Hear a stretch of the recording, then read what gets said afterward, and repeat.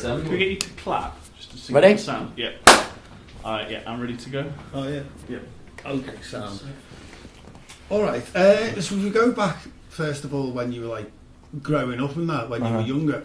How did you perceive the Sheffield scene, then the music scene? Growing up as like super young, I guess I didn't even really realise there was a music scene until I was about 13, 14. Because obviously before that you don't really leave your area, you don't leave your school friends, and it's just like whatever you're into at the time, football or TV or computers and that. But I remember kind of like, as I started to grow a bit older and sort of got like jobs and, you know, was like looking around and going to record shops, it's probably about 15. Pre that, all I cared about was hip-hop music, American hip-hop music really. And then when I kind of started going to record shops and going to raves and meeting like-minded people, that's when I realised there was this thing happening in the city that was really special, basically. Through going to a rave, you're hearing Pipes and Winnie and Ducky played certain types of music, and then meeting Ross Orton, who made music that referenced all those records he made. They played, and then people like Parrot and people, that's when it all came together as a link, and I just found it very exciting and individual. And like still to this day, the most kind of exciting little era of learning about music was that kind of age between about 14 and 18, when I used to go and see these guys and hear these guys make music. I just thought it was incredible. So that's obviously what first drew you into it then. So when you first started dipping your toe in the water, so to speak, how was that then? It was cool, man, because the thing is about Sheffield, the beauty and the beast is village mentality. So everyone knows each other, and it doesn't really matter if you're in a band or if you're making like mad electronic stuff, or everyone knows each other. So it's really easy to get involved with stuff, and people like to help each other out more than other cities. But at the same time, you know, there's a negative with that, because you might start making a record with someone who plays the guitar and 2 weeks later he's banging your missus. It's a bit peak. But that's the mentality of the city. So basically, like, it was easy to get stuck in. From when I had an interest in certain things, it was just people were just around, you know? They were just here or there, or like they want to help me out. Like people early on was like Chris Morris, he used to let me use his studio and show me how the board worked, and Ross Orton took me to his flat. It wasn't even like they expected anything. It was just we were like-minded people, so they got involved. Same with Pipes, he would like, you know, he would book me to DJ and almost try and sort of tell me what to do in his kind of weird way. So it was not like anyone was trying to get anything back from it. It's just a community thing. People moan about Sheffield, particularly here, about how it's crap and this guy, there's not all to do. But since I stepped back and looked back in, it really is an individual place, and it's took for granted, I think, when you live here, how special that kind of energy is between everyone. So what were like those early Kabal days like when you first started going and playing down there? I mean, the Kabal, that's still the reason I make the music I make today. Winston, Pipes, Duck and Field, Ross Orton, those four people are like the reason that I kind of got into Jamaican music, electronic music, was kind of fearless about playing different records in places you wouldn't expect. And going to those raves was just like, it was mental, but it made so much sense to our environment. You know, the way it was set up, the people who would come to the party, the way the records were put together. It's kind of individual and a bit mental, but it made so much sense to Sheffield at that time, at this time. So I'd go there and I'd see Winnie play some mad 45-inch from Jamaica from like 97, 98. It's like ragga style. And then Ross would make a record like that, and he'd play it next to that, and then Pipes would play some bonkers like UK electronic thing. It was all over the gaff, but it made sense to Sheffield, big bass weight pressure. And I just sort of took that mentality and did my own version of it. Still to this day, I mean, it's not, when I go and DJ abroad, I mean, it's not the same as DJing at Kabal at all, but I go with the same ethos of having that kind of sonic running through the sets and being fearless about it, as Pipes and Winnie were every time I went there, and still are. So what was it like when Kabal started to like take off then? I think Kabal taking off was an accident. It was just Rafe wanted to put a party on that he loved. Rafe's a party man. He knew some DJs. He knew how to create a good atmosphere. Initially, it was more, you know, different types of DJs would get involved, but it just kind of filtered down to me, Winnie, and Pipes, because we kind of had a synergy of 3 generations. I'm the younger one, then Pipes, then Winnie, but we all kind of came from the same ethos of music. And I think really Winnie is the godfather of this whole Sheffield thing when it comes to being the DJ and playing the records, and how he does it. It's like, you know, people like me, you know, he's the one really. Pipes thinks the same. I'm sure the youngers like Squarehead and Chacon think the same, and the generations below that. Then you got Pete Pipes, who's like took that on, and he's kind of a lot more extreme in a lot of ways with what he plays. And then there's me, who was kind of like a newer kind of version. So it created a sound that was totally unique to Sheff and still is. It's still nowhere like that. I don't care what anyone says. The way we do it and the way that it's done in that atmosphere is a one of a kind. It's very unique to Steel City. So it was weird when we were speaking to like Winnie and Rafe the other week, because we got this question, because the thing coming up doing the research was if you go back 5 years, a lot of people say like the scene was fairly dead and it was struggling. They sort of came from the other point of view where it was like, well, Rafe was kind of like, was it? Yeah. He was saying, not for us, but like, Winnie was still to say, well, around, so how was it for you, say 5 years ago? 5 years ago, was that, what is it now, 2009 really, wasn't it? I think Sheffield growing up as like a late teenager, early 20s, it was quite rubbish. You know, compared to Manchester, Birmingham, Leeds, we didn't have the venues, we never got the same acts coming through, and a lot of us used to moan, but when something like that happens, you create an underground and you do your own thing, and that's exactly what Rafe did. There was not much going on. I don't think he consciously did that, but I think there was enough people who wanted to go and rave to a certain type of music because it wasn't catered for in this city.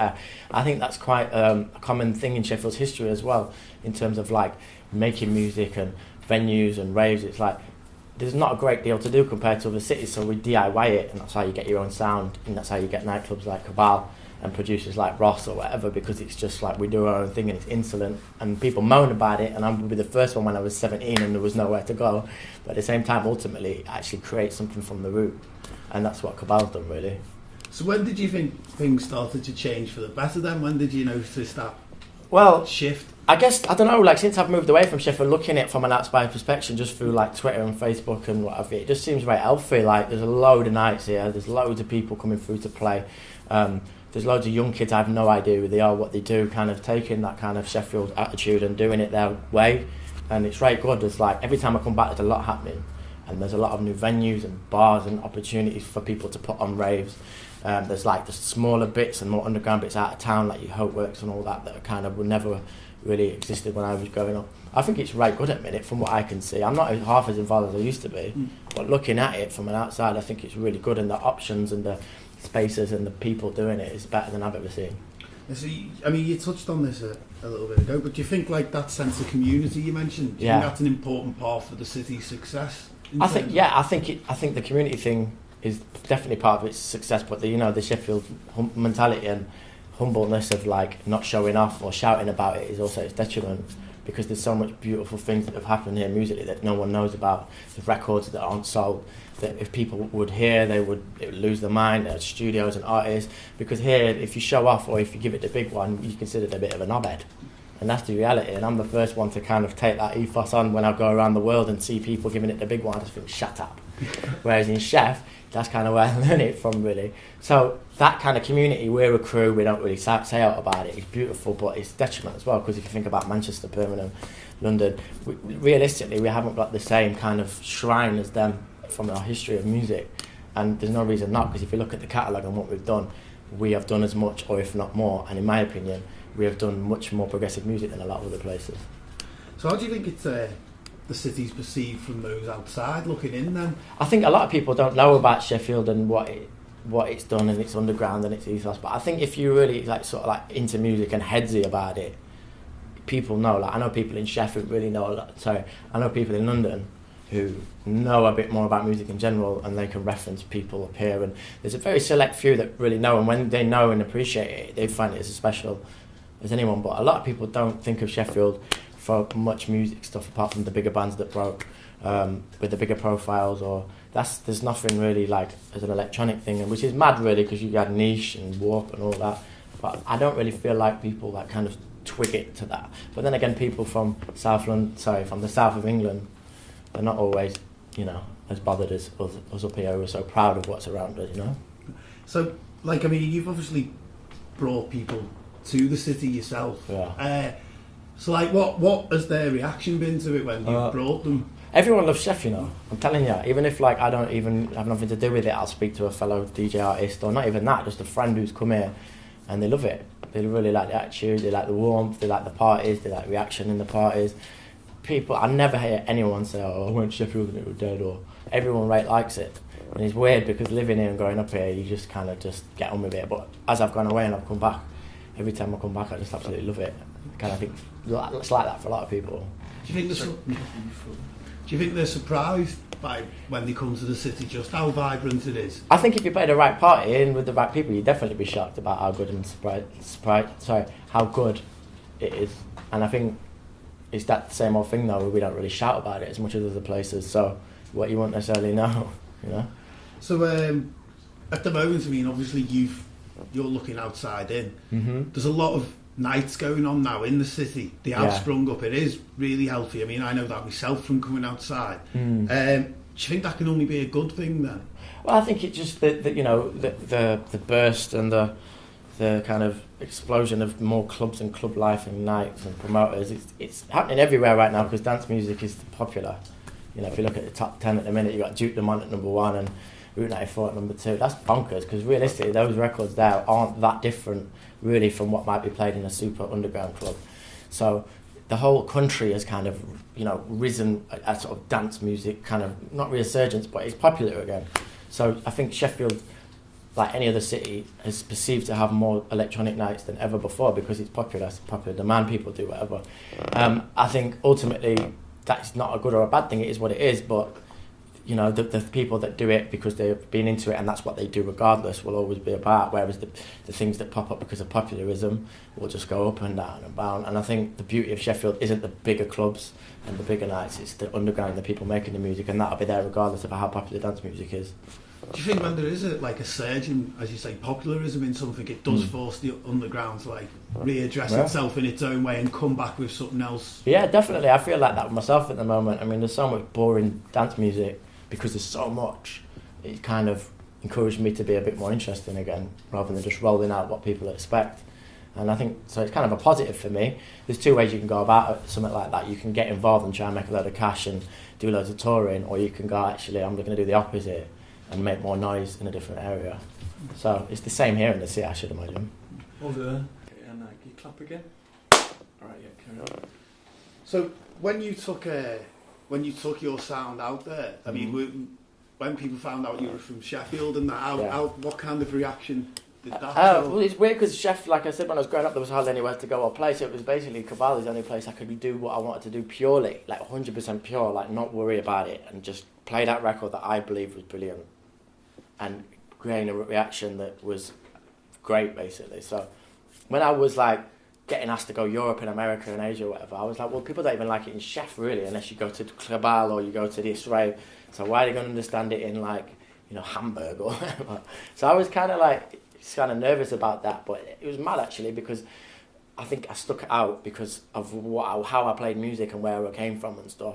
So that's what got me there. And then once I was in that right environment, it was great. And now I don't even think about it. I just get on with it. I think it's like anything. When you haven't done anything, it's gaining confidence to do it elsewhere. Because I wouldn't have played certain records that I played at Kabal in Sheffield Town Centre or, you know, wherever, because I knew that it just didn't really make sense to the environment. So doing it abroad was even more intimidating. But now I just don't even think about it. I just get on with it. So do you think that was helped by your sort of musical upbringing, if you want to call it that? By, as you said, you had like pipes and sort of, and that then gave you that foundation to just go off and go, you know what, sod it, it works. Yeah, definitely. It's like looking at Winnie and Pipes and that, and the whole sort of Steel City sort of sonic thing, like Kabal and what Ross was doing. That is definitely why I do what I do now. If I would go up in a different city, I'd make music, I reckon, because I'm just drawn to it, but it wouldn't sound like this, and I wouldn't play records like that, and I wouldn't care about that as much. There's no doubt about it. It's a product of the environment.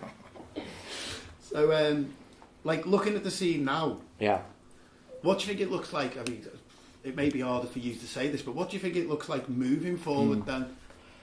Oh, moving forward in Sheffield, that's a tricky one because I ain't here as much as I used to be, like I say, but like I say, the infrastructure is better than it's ever been in terms of venues, promoters, artists, DJs, studios. So that is only a good thing. I think that's something that has been necessarily for years and it's happened, and I don't think that shows any sign of dying down.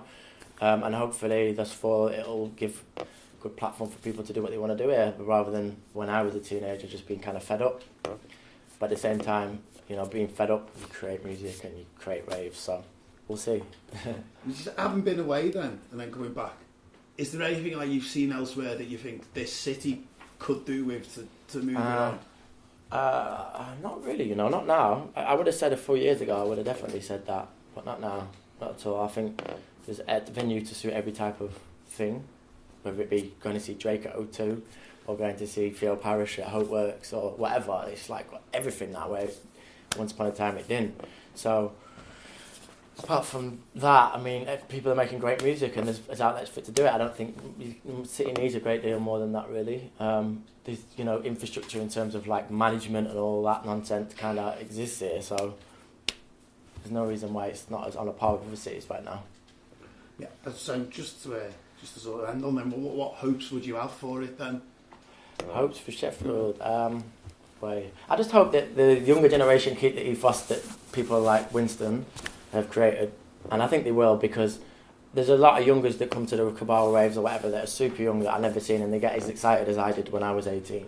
And I think that force and that energy and that honesty of the music here will hopefully just kind of struggle through all the younger generations and keep going and going, because it's super special and it's unknown and it's pure and it's honest. You can't really kill something like that. So hoping that will continue on for next 20 years. Brilliant. Cool. Nice one. Safe, man.